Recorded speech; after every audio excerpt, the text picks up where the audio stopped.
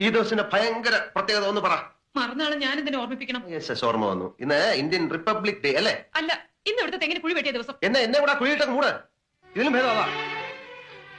സേതുവേട്ടൻ ജനിച്ചന്ന് മുതലുള്ള ഓരോ കാര്യങ്ങളും ഇവിടെ ഉണ്ട് എന്റെ മനസ്സിനകത്ത്.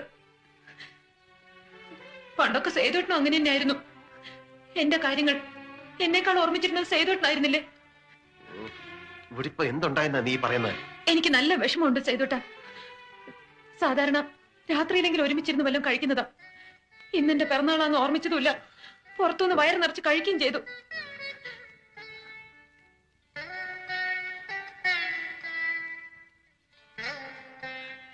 ഇത് അവസാനത്തെ പിറന്നാളൊന്നുമല്ലോ, അടുത്തന്നെ ഓർമ്മിക്കാം. എനിക്കെല്ലാം മനസ്സിലാവുന്നുണ്ട്. നിനക്കൊന്നും മനസ്സിലായിട്ടില്ല, മനസ്സിലാവുകയില്ല. അത് നിന്റെ കുഴപ്പമില്ല. പുറത്ത് വെച്ച് ആകാശം ഇടിഞ്ഞ് തല വീണാലും സഹിക്കാം. പക്ഷെ വീട്ടിൽ വന്ന് കയറുമ്പോ മോന്തം നിർപ്പിച്ചുകൊണ്ടിരിക്കുന്ന ഭാര്യയെ കണ്ടാലുണ്ടല്ലോ ഞാൻ